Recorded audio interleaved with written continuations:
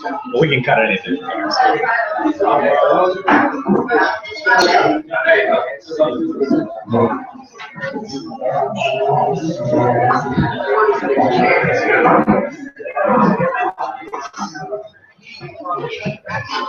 Okay, thank you, everybody. We're so happy to have you here tonight.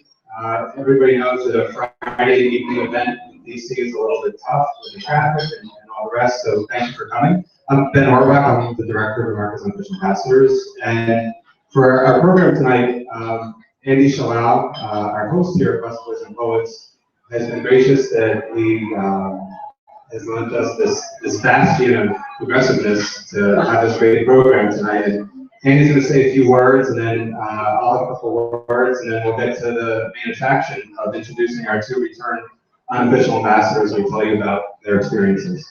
Andy, thank you. Thank you all so much. Thank you, Dan. Thank you for being here. What a great program that I learned about fairly recently. I'm thrilled that we have programs like this around. I think that's what's going to make the world a better place for all of us.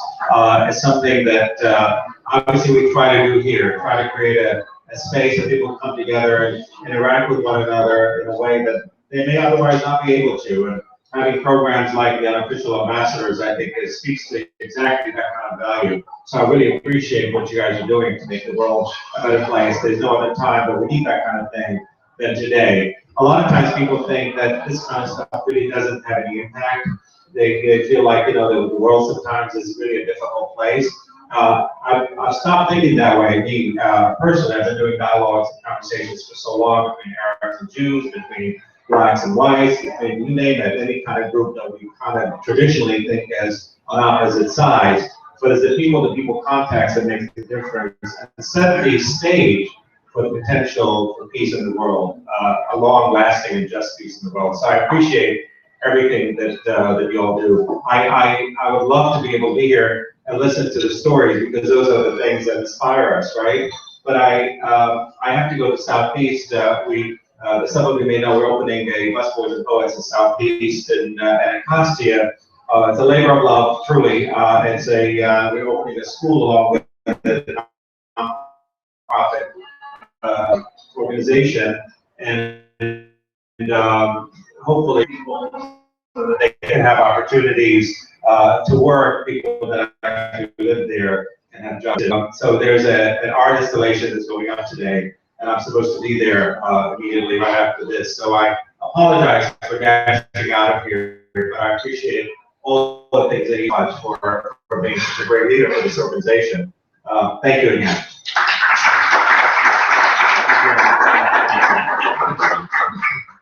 So thank you again, Andy. And also, as we're saying thank you, I wanted to thank the president of Creative Learning, Bill Cavant, who's here, as well as the chairman of our board, George Legato, and also our academic advisory board members, some of whom have traveled from the Philippines to be here for this event only. They only came for this event.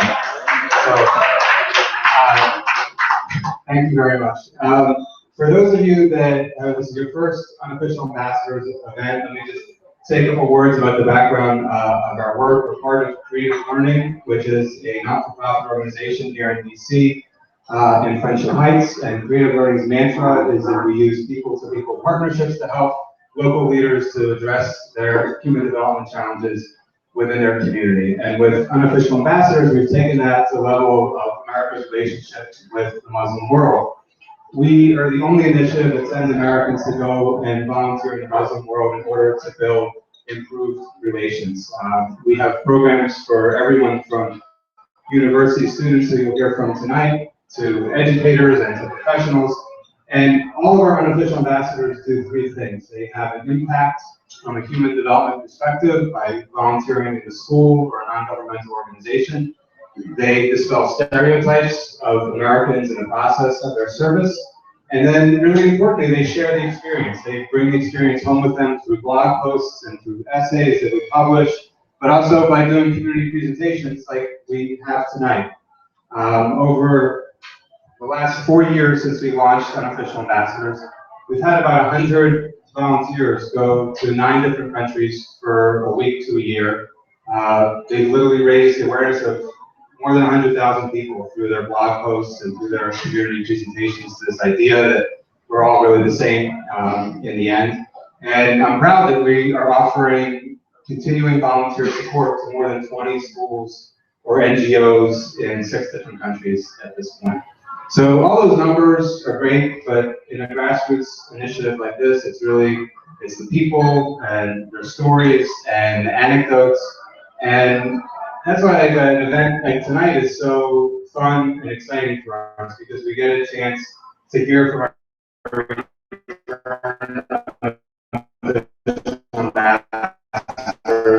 what it is.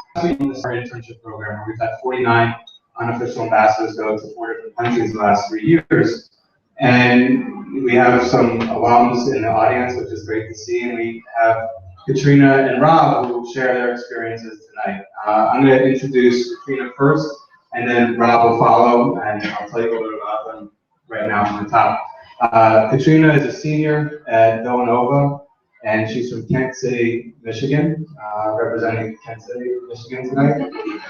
She's studying communications and Chinese, and she spent the summer in Zanzibar, where she interned at the Forum for African Women Educationalists as their communications officer. She also had a wonderful side project in terms of working on her senior thesis on oral history and the East African slave trade. Rob Handerhan has been to Tajikistan twice. I don't know how many of the people in the room, aside from a couple, have been to Tajikistan twice. Rob was there this past summer, where he interned at Tajikistan's only autism, and where he also taught English at a cultural center. Rob is from Woodbridge, New Jersey, and he's a senior at Rob. Hello, thank you all for being here tonight. Thank you for the introduction. As Ben mentioned, I am a senior at Villanova University studying communications and fine arts training. I came to Villanova from a very small town in rural Michigan, Kent City. Population maybe 8,000. Majority farm. That type of picture. And when I struck out from that small town, I was struck fairly hard. My parents were in China, and that's what the majority of my academic experience has been as well. So you may be wondering at this point, if she has been to China before, how did she find herself in Zanzibar? Did she possibly get lost or not on a plane? I can assure you that despite my parents' concerns, I did not get on a plane. I was interested in expanding my international perspectives, and of course, I went to Zanzibar. So almost exactly a year ago, I had a conversation with my roommate at Villanova, who, as David had it, was a recently returned official ambassador of Zanzibar. So I looked at her pictures and her stories, and almost immediately looked up anyway. So at that time, I was trying to find ways to strike out, even farther from China, trying to expand my global perspectives, and especially to enter a community and be able to experience it a little bit more deeply, marvel on that type of impact. And Zanzibar offered me that opportunity. So I'll tell you a little bit about what exactly I did there, the people I met, and what I took to do.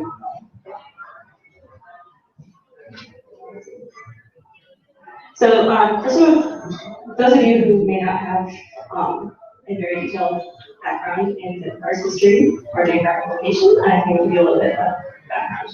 Zanzibar is a small semi-autonomous collection of islands off the coast of Tanzania. Officially, they are a region of Tanzania, but politically they operate independently. There's also a discrepancy in the breakdown of religion in Zanzibar because it was the capital of the Omani Empire for many years. It is 98% Muslim. There are other minorities in Christian, even though traditional religions. Comparing that to the mainland is split almost evenly between Christian, Muslim, and traditional religions. Zanzibar City is the capital, more commonly known as Stonetown, and it is on the border of 2 islands in Malaysia and where I lived for 6 weeks.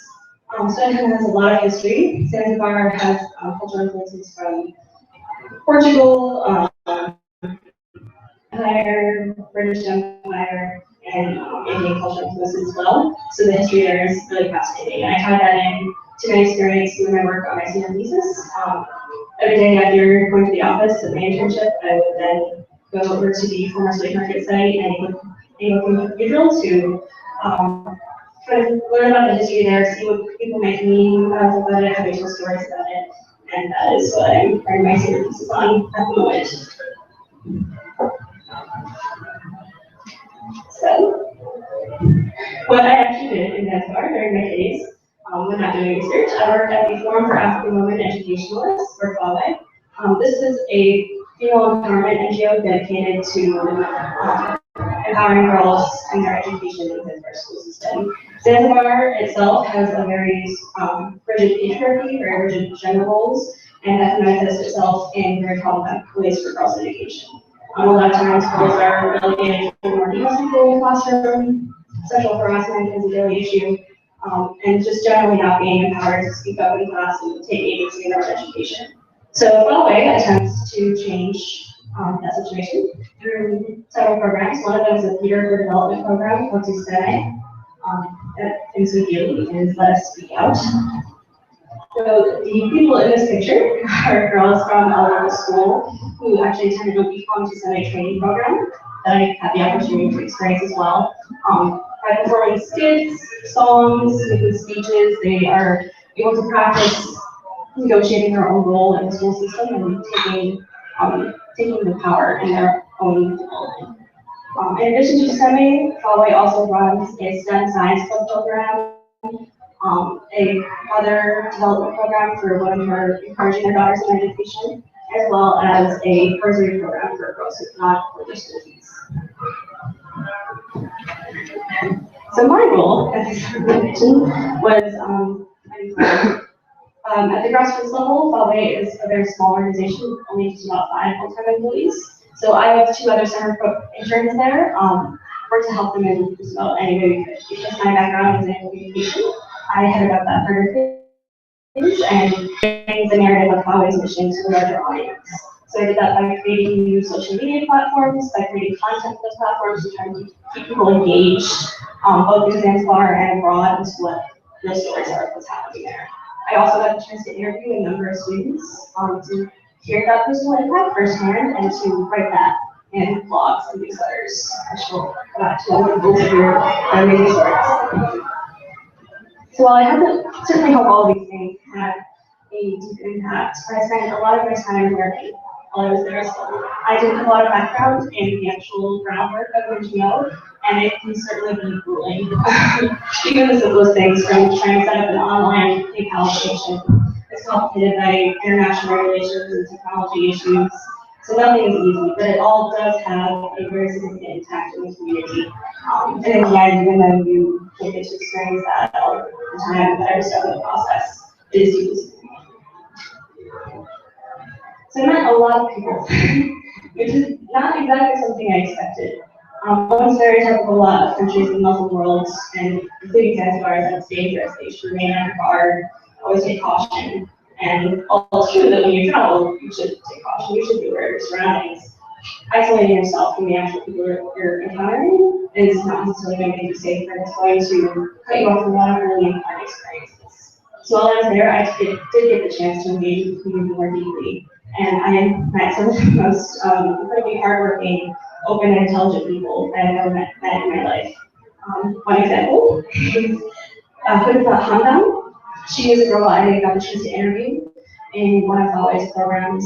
She received a scholarship through a partner organization that FAWE represents, and also participated in a STEM science fair. She and her teammates worked to create an insecticide that did not use harmful chemicals. And so that project was able to directly help her community through the program that FAWE set up. She also, here after that, got a scholarship to study in the US at a high school in Washington State. And there she became really interested in community service and the concept of volunteerism and the concept of helping our community and giving back to it. And after studying there for a year and actually winning an award for completing over 200 hours of community service, she moved to Zanzibar and is now holding presentations and trying to lead initiatives to start that same type of idea of community service in Zanzibar. So I went to Zanzibar to experience something different, and I certainly did. I expected adapting to a new culture to think and dress and speak and act in a lot of unfamiliar ways. And although I've experienced other cultures in the past, in Shanghai, I was very much aware that those experiences took place in large multicultural cities, much like the one that I went to school in Philadelphia. So a lot of the parallels I drew between those cultural experiences tie back to Philadelphia. In Zanzibar, because it's not your typical city, it's not reminding me of Philadelphia, I expected it to be completely thrown into the unknown. But the most shocking thing was perhaps just how similar it was to another place in my life. So, walking through the streets of Stonehenge for the first time, I was so surprised at just how many people would stop me to say hello. Very good. So, the number of greetings was really like, I love it would never happen. You never walk down the street because I loved every single person you saw. But it still kind of did. And you can't say sometimes that happens. Since I was to an extent, but it is a similarity that I drew. It's a different type of community that I tapped into there, how similar that was to my hometown. So when I gave this presentation to people in my hometown at our local historical society, I got a lot of nods and sometimes when I explained how Stonehenge has one traffic light, the actual city is only about 2 square miles, and the people are incredibly friendly. That's not something that most of the people in Roland Michigan expect. They don't expect to not be smiling from here. So what that brought back to me was that even though Carolina Muslim world is certainly influenced by its religion and in every facet of the culture, there's also a common level of humanity that you have into. And that humanity is stronger than any other structure just like a economy. So while I'm still getting kind of a lot of this kind of experience in Zanzibar, one thing that continues to strike me is just how familiar and unfamiliar a place can be at the same time.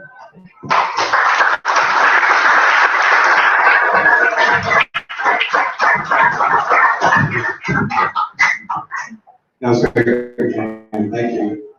Rob, would you like to come up? And presentation, then we'll have time for questions afterwards.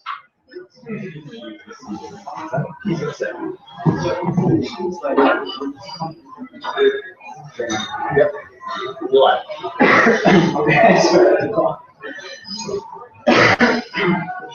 Hi, my name is Rob.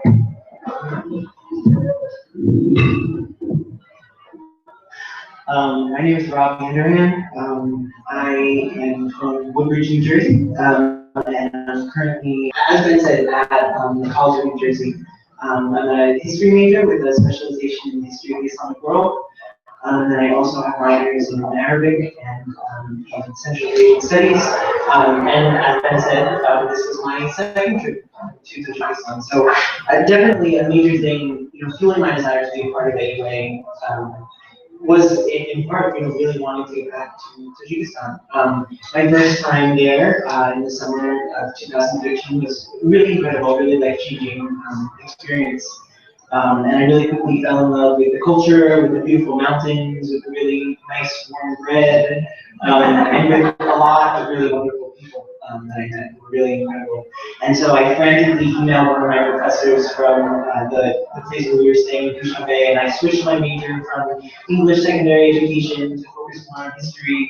And so it's very funny that what brought me back to Tajikistan was teaching English, the major that I left. But still really wonderful. So I'm so excited to be there. So excited to be engaging with people there again, and also just really excited to be engaged in our community as opposed to sort of passing through it for us. So that was really special for me. And so very quickly, as I was teaching, I realized that really what I had to contribute was not a background in education, was not even necessarily a background in all the sort of formal bits of English grammar rules, but just the ability to start conversations and engage with people and create spaces to have these conversations that are practicing English grammar and language skills, but also opening a space for maybe dialogue on things that, I don't know if my students have necessarily discussed in a classroom setting before. So today, I'd like to share some of those conversations with you. But first, to give some context for Tajikistan, a lot of times when I tell people that I've been to Tajikistan, or going to Tajikistan, just got back, whatever, there's a lot of concern on their faces. There's something about the Islam suffix that like places it in, just sort of fills it with negative stereotypes. And so, geographically, it is situated in Central Asia, bordered by Afghanistan to the south, Uzbekistan to the east, and Kyrgyzstan to the north, and China to the west. And yeah, but I mean, the stereotypes just don't hold true. It's a beautiful mountainous country. My students are always very proudly reminded me that Tajikistan is 92% mountains. Yeah, I mean, really a beautiful place with really incredible people. Most people there, a lot of people know both speak Tajik, which is a form of Persian, and also Russian, because as I like to mention, something that really is contextually significant is that Tajikistan was part of the Soviet Union for quite a long time, and then with the collapse of the Soviet Union in 91, they gained independence, but very quickly entered into a really difficult period of civil war. So the civil war in Tajikistan lasted roughly from 1992 to 1997, and in a lot of ways, I think people are still feeling the aftershocks of both the Soviet sort of Soviet era legacies in some way, and also the civil war today. Those things definitely factor heavily into people's lives. But I was really lucky to be working with two organizations that are really sort of directly rooted into responding to some of the issues and some of the things that are prevalent in today. My one placement that I'm not going to focus on today, if you were here at this event last year, AUA Ambassador Rita Nickberg gave a great presentation on Euroda, one of the only and truly the leading organization for children with autism in Central Asia today. And I was fortunate enough to spend one day a week with them, spending time with the children, and also helping develop their website, which is another skill that is now perhaps in my skill set, but wasn't at the time when I arrived. But it was really incredible to work with them because they provide really important resources to children and their families where otherwise perhaps children will be sent to sort of government asylums. And now they have also worked to establish sort of a regional network, the Central Asian Autism Network, which is expanding these services and helping to develop an infrastructure that doesn't necessarily exist. So I'm really privileged to have part of that. But most of my time was spent at the Bacteria Cultural Center, which is a really, really great space that is very much rooted in like a post-Civil War context, in recognizing sort of a perceived and shared sort of sense of lack of accesses to educational opportunities, to cultural events, to information about the world, about anything, to help for career assistance and resume workshops, all different things. Bacteria really sort of comes in and tries to address those needs and also do so at an affordable level that the community can engage with, which is also really important. They have a really great center now that they recently moved to 2 or 3 years ago. I was fortunate to visit the original center my first time there. Was so kind of amazed that now I would be able to be a part of it there, because I sort of passed through on my first trip. And so the building is very nice, structured sort of like a traditional Tajik house with an outside wall and an inside courtyard, and a really great facility that has classrooms for language learning, computer labs, a resource library, books, films, and music in multiple languages. And so really it's located in the heart of Dushanbe, sort of in the city center. It's really very engaged with the community. And it was just so wonderful to be working with my students who were just also engaged in their community and engaged in really trying to take ownership over their lives and do things for self-betterment that in turn they're hoping will benefit their community and the country in general. This is a picture of me with one of my classes of students. And I worked with them, and we did, I think, one of my favorite lessons in which I really learned a lot, and I hope my students enjoyed as well. We were looking at the English conditions. And so things like the first condition would be like, if I go to the store, I will buy oranges. Things like that. So I had my students, we were talking about, what will you do when you learn English? And my students told me things like, I will travel, I will work abroad and make money for my family, I will have language skills that then I can start a business with and provide for my community. All different things related to self-betterment, to community development. So really exciting things. And then when we switched to talk about second conditional, I was really even more amazed that my class of largely like 13 to 17-year-olds didn't tell me that if I had $1 million, I would buy a Lamborghini. I was told if I had $1 million, I would build a hospital. I would improve the road conditions. I would build new schools. My students sort of blocked off the first chunk of their money for infrastructural development, and the second chunk for building a nice home for their parents when they get older, and then the third chunk was maybe to travel if there's something left over. And I mean, that was just really incredible to me, really incredible. And so after that, I sort of shifted the conversation to something that all good American teachers should bring in, and we used a Beyonce music video and listened to If I Were a Boy, which is just dripping with second conditional.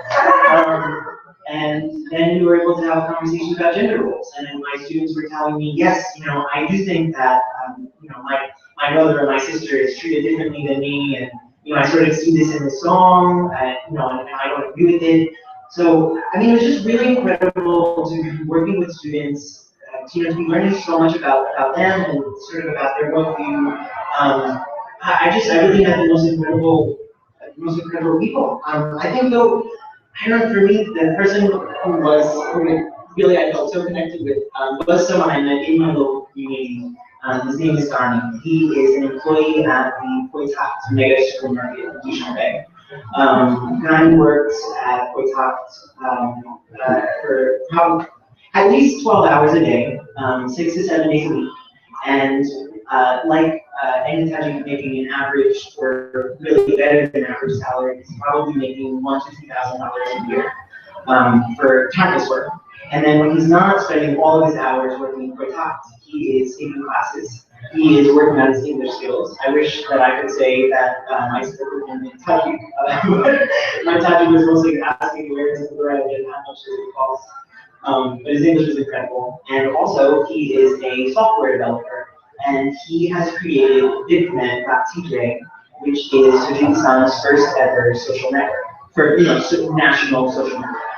Which may maybe not seem like a big deal. I think that there are lots of ways in which our proximity to things like social networks and really easily taken for granted, like in our pockets at the moment, and it's a really important platform for connecting with people, for sharing information, for sharing news, for sharing achievements, for just, sharing anything.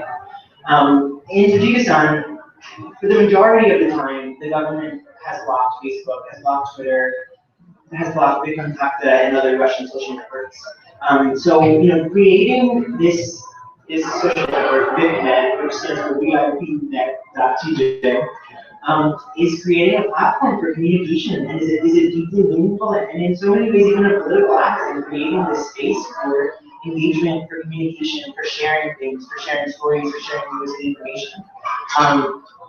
And Kanye made it in his spare time when he wasn't working at Poitat. Which is incredible. No one paid him thousands of dollars to develop this software. No one is necessarily promoting it. But I mean, it's really incredible that he has this skill that is amazing. Because I was struggling at adding totals to grow the website, while Lonnie was working with his friend who knows Chinese to develop the Chinese interface for BitNet. It's incredible. And so he has a great skill that he's able to share and hopefully really impact a lot of people and create a great change by sharing them. So I feel privileged to know someone who's so hardworking and just an incredible person. Who's again, just like so many of my students, looking to engage with their communities, with the people around them, trying to better their own lives and taking, advantage of everything that they can in order to hopefully create really positive social change. So, what I took away from my experience in so many ways, and that I just really want to sort of stress is how incredibly hardworking and wonderful everyone that I met was. Just amazing. And against so many different odds. Really just working to better their lives and better the lives of their communities. You want to show the picture? Yeah. That was me with some friends, both other fellow AUAs and some Tajik friends. And this is when Amber, as a fellow ambassador, and I taught everyone Monterey on dinner.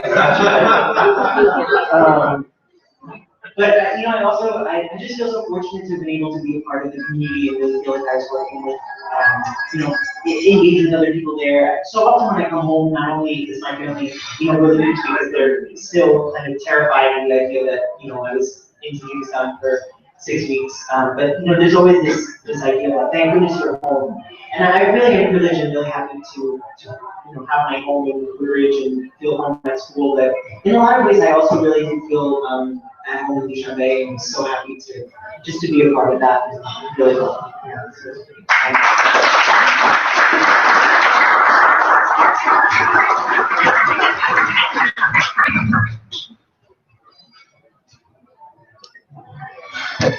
Thanks, Rob. Great, things like that.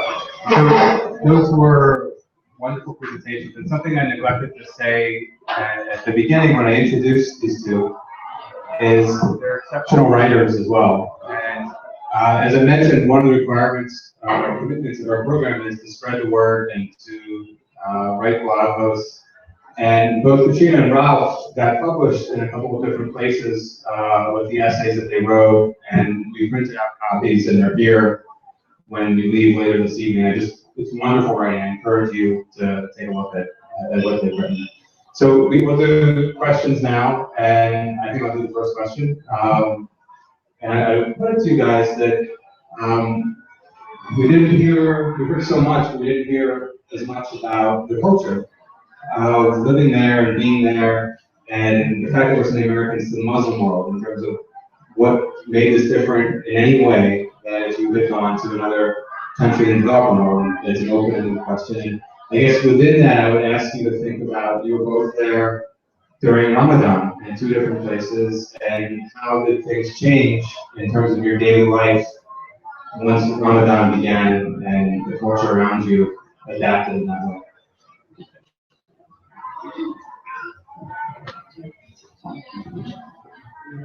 I'll take a crack at that. So yeah, speaking specifically to Ramadan, actually, and part of this was one of the essays I wrote about, but because Anwar is 98% Muslim, I kind of struggled with the choice of whether or not to wear the hijab the entire time I was there, or part of the time I was there. It was something that I struggled with even throughout the entire experience. At first, I considered it to be a gesture of cultural respect. I'm not Muslim, but I respect the people who are, and I respect that their culture circulates around this garment specifically and the things that it symbolizes for them. So I wanted to be able to show that respect. However, I also didn't want to enter into something where I would be assimilated to the culture or not being sincere in it. So that was something that I was conflicted about for many weeks. But it got to the point of Ramadan, because while I was there the first 3 weeks, or the weeks leading up to Ramadan, and the last few, Ramadan was in full force. So I decided to work for the other women I worked with were also Muslim, and I got really positive reactions from them. They all told me that they were glad that I was adapting to the culture and I was respecting it, and they were happy to be able to celebrate Ramadan with me. So I got really positive reactions. I also got some different looks when I was walking around in the street. Also, people would kind of do a double take. Why is she blonde and wearing a hijab? Or maybe is she Muslim? Are you fasting? Walking down the street, that was the biggest difference I found when Ramadan started. A lot of the buyers were replaced with, have you fasted? Are you fasting? And so that was one of the largest changes that I noticed. It was an interesting experience to kind of go through life as a tourist walking down the streets and getting a lot of things like that, and walking down the streets during the job and hearing a bit more about what people's engagement with their religion was and how it was on culture there.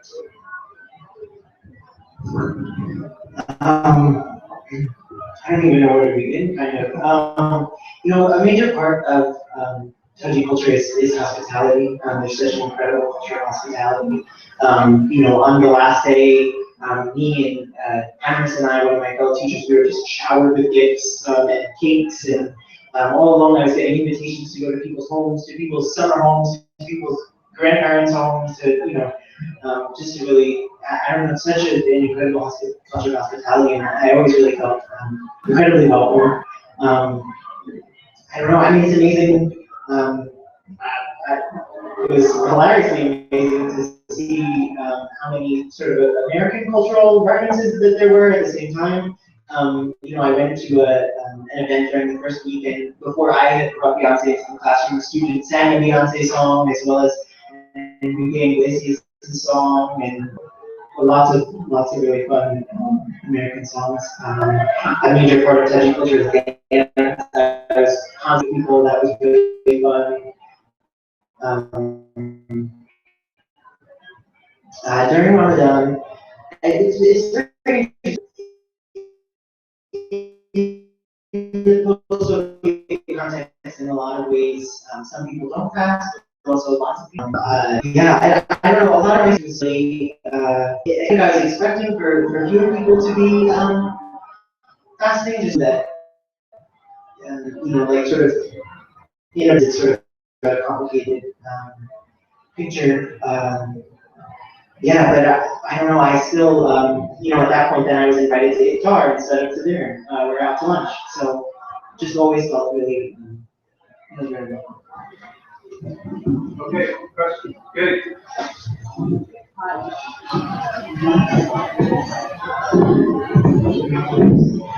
If you guys were advising the next president of the United States, what would you say to help temper the rising anti-Muslim hysteria in this country?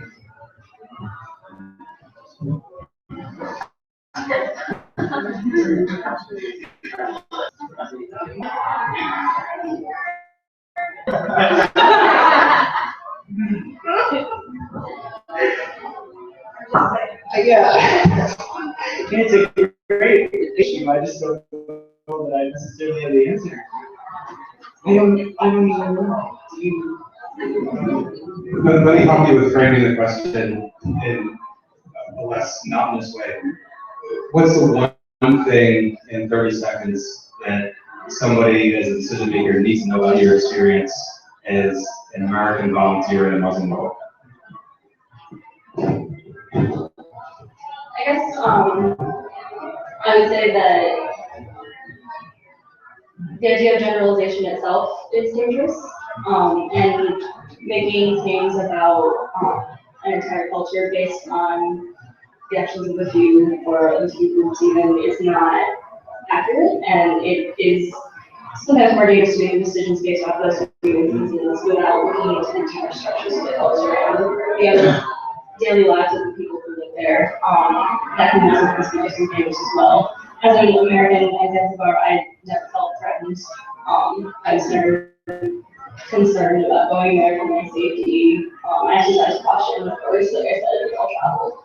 But I never felt that type of fear that I think a lot of people associate with Muslim world.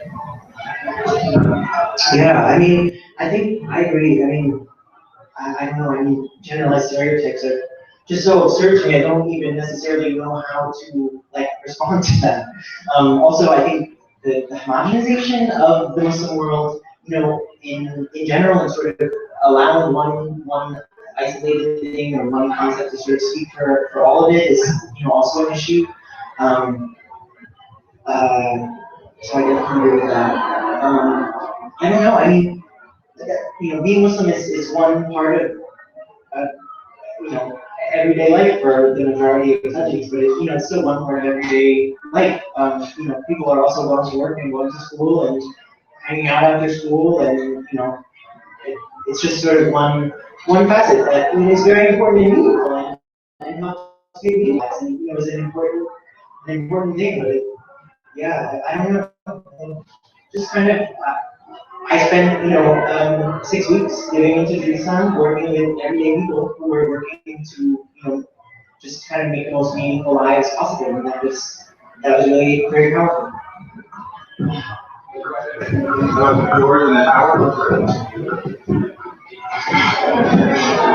This question is for Rob. Rob, while you were there, did the issue of the Tajiks in Afghanistan come up or work its way into your conversations, given that they played such a role over the years in Afghanistan, and given their relationship with Walk and the U.S. efforts in that region? Not necessarily. I actually had a friend who had an American friend, Martin, a guy named Martin who goes to our school, TCNJ, who actually did an entire year in Tajikistan, and so our time there overlapped, and we're really good friends. So, while we were there together, we spent. He always, hung out with us, and he had a lot of great Afghan friends who were going to school in Tajikistan. I know that there's the potential in the future for AUA to potentially partner with an organization for Afghan refugees, but certainly I never felt any sort of tension related to Afghanistan. Yeah, never. Yeah, it's quite genuine. Hi, my name is Howard Sumter. So first of all, Rob, I would like to let you know that both my wife and I are Woodbridge High School graduates. So I'd like to catch up with you. It's a small world.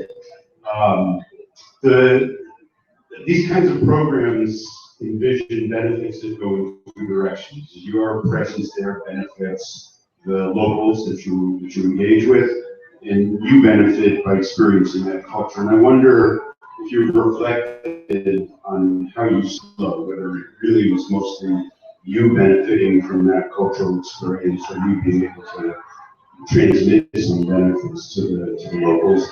And I'd like to ask, well, what do you plan to do with what you've learned from these experiences overseas? Yeah. I definitely, from the beginning, I was very conscious of the fact that 6 weeks is not a lot of time. So definitely, there's in my mind a limit of how much I can be bringing, especially as an educator. That's my role, to be sort of pulled out after 6 weeks. Yeah. But I do feel like there were benefits on both sides. I think, in fact, some of my Taji students would be amazed kind of at how much I feel that I've benefited from them. On one of the last days, one of my students said, "What in my beginning class, she said, oh, teacher, this is very bad." And I had to definitely agree, but for me, a lot of my students were excited about our classes and excited about the conversations that we had, the work that we were able to do together. But I just learned so much about Taji culture. So I really do feel like the benefits work both ways. I hope that my work at Iroda, working on their website, can be effective. I know that I don't know. I think the visual aspect of things is very important and very effective. So one of my major goals was incorporating more photos, and also I worked with Lola Nasrudin, the director, to make sort of a photo chronology to chart their growth, because they have done so much community work as well as work with children every day. And I definitely feel like I'll be having these experiences with me for a very long time. I'm also writing my thesis on Central Asia, so yeah, it's definitely something that I hope to be engaged with for a long time, be it academically or, well, hopefully academically and in a community sense, in a way that I'm continuing to engage with people, and hopefully on Facebook and like that. Yeah, I would definitely agree with all of that, really. 6 weeks is a very short time. And coming in as an intern, as I said before, I spent a lot of my time learning what this kind of organization is and how to work within it. And I just tried to throw everything I could into the tasks that I was given. I also helped to build a website, which is one of the things. Go back and look at sometimes and see like the news stories that are being posted. Like, okay, so there's a foundation for that now that maybe when really but it's also very difficult to say what my impact is going to be and how they're going to use these things after I've left. Because I've gone through 6 weeks, I do all I can when I leave, and I don't know how effective what the actual results of my time there are. But I do think that there are benefits to be had on both sides, and I certainly benefited in learning what the type of culture is there and the type of organization. And I guess I just tried to throw everything else that I could. In the future, I would hope that I could return to Zanzibar. I think that's a friend that I would love to return and visit and to do more work there with maybe a longer time and being able to see the different results that can arise from it. And even if I'm not able to do that, this is the type of international experience that shapes your entire view going forward, and that's something that I would carry to any other place in the world that I would go. Hi, my name is Emma White, and I'm a returned ambassador, unofficial ambassador. I'm from Zanzibar as well, and I'm also writing my thesis about like Tanzania and stuff like that. That's a new reflection on the type of impact this internship has. But I just have a question for both of you guys. I feel actually, going off of what you said, that there's 3 ways that there's an impact. There's the impact and you guys are benefiting the community. You're also growing as a person, but then you're also improving the community that you come back and you're presenting your hometown, you're presenting here, you're impacting people in this room doing this, giving these presentations. So I was just wondering what you thought, what you would like people to take away from your experience, how we as audience from this. Sure. I think that's a really good question. I got some mixed reactions and people kind of looking at horror. Like, oh, you made it back alive. And then I just kind of laugh and say, well, yes, of course I did. It's,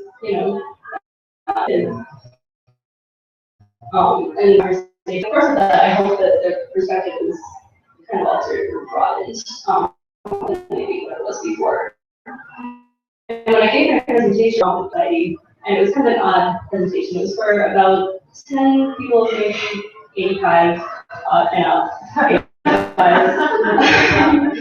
And most of them are like stalwart figures with all their lives, their grandchildren live there now. So I was a little bit concerned about what maybe they would be expecting from my presentation.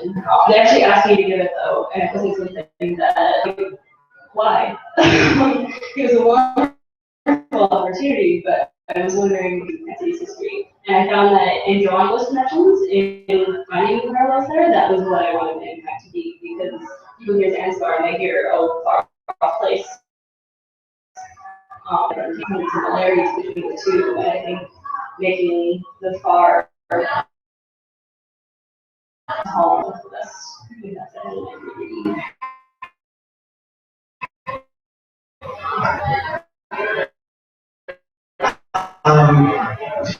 I haven't. This is my return formal sort of presentation, right? So other than the new like hard what about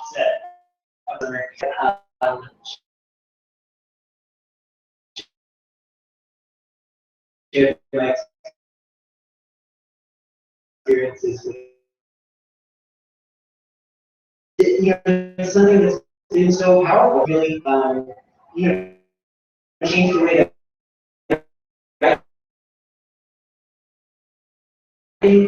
I do for people my age and students my age, to also the power of the Bacteria Cultural Center's program stars working with students who are studying English in university come to Bactria to even bolster their education, which is really cool. But interact with them has been really great in terms of being able to see how they view the world.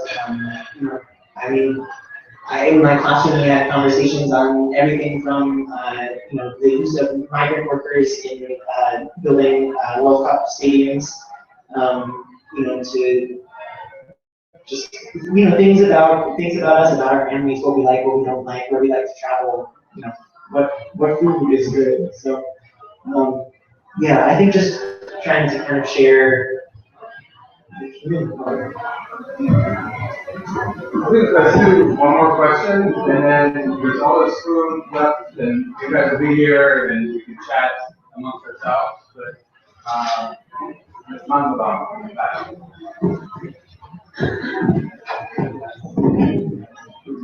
Hi, thank you for those great presentations.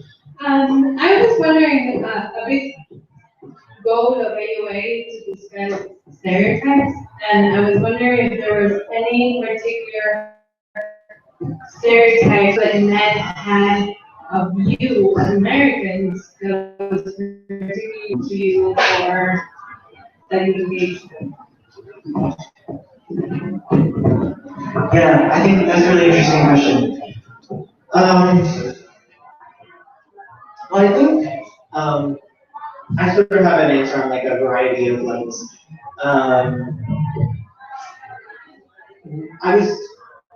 We were talking one day in one of my classes about, this is a class I had, they were more so beginner like level students, but they were older, they were all working in the Ministry of Justice, so they were coming for English classes. And we were talking about college education and sort of how it compares, what the experience is like in Tajikistan and America. And they asked me about how expensive my education was. And I was actually really quite surprised. I should have told myself in part first. So, so in some ways, I did kind of meet. This answer is a mess.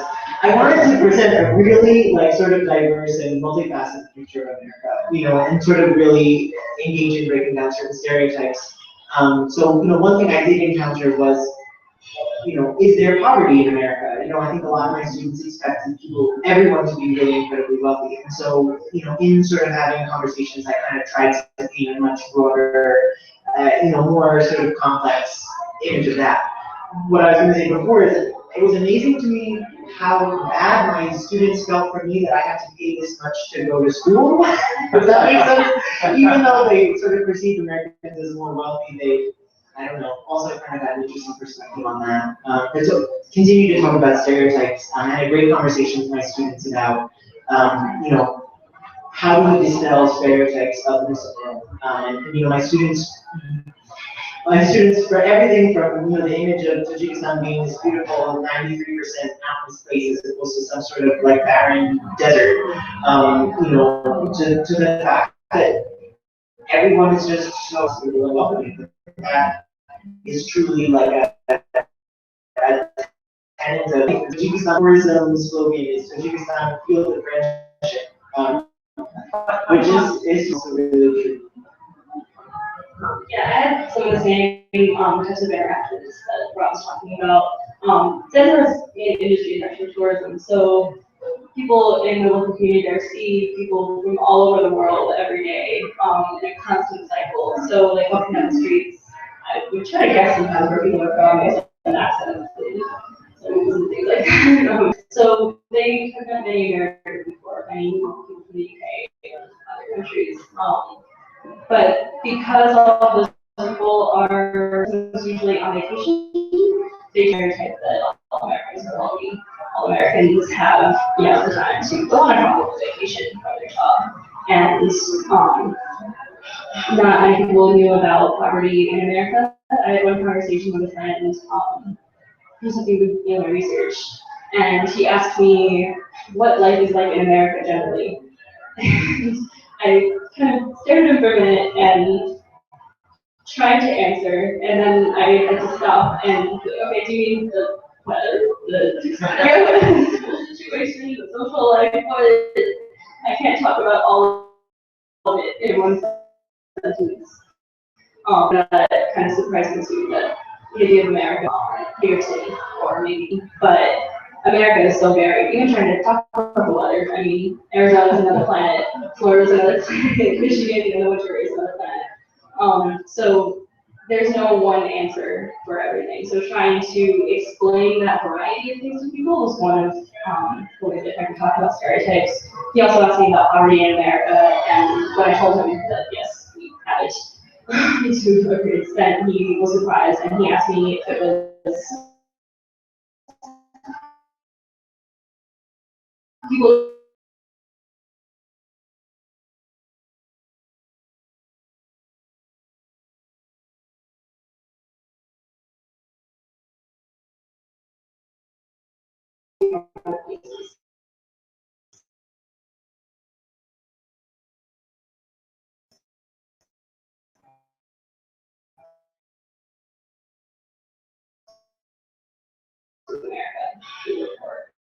And but there's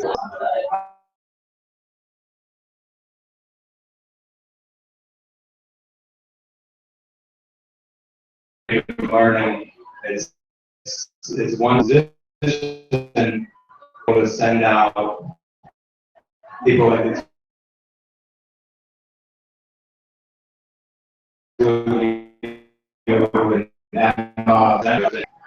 appreciate you coming and sharing them, and let's enjoy the rest of the food and the drinks, and thank you very much.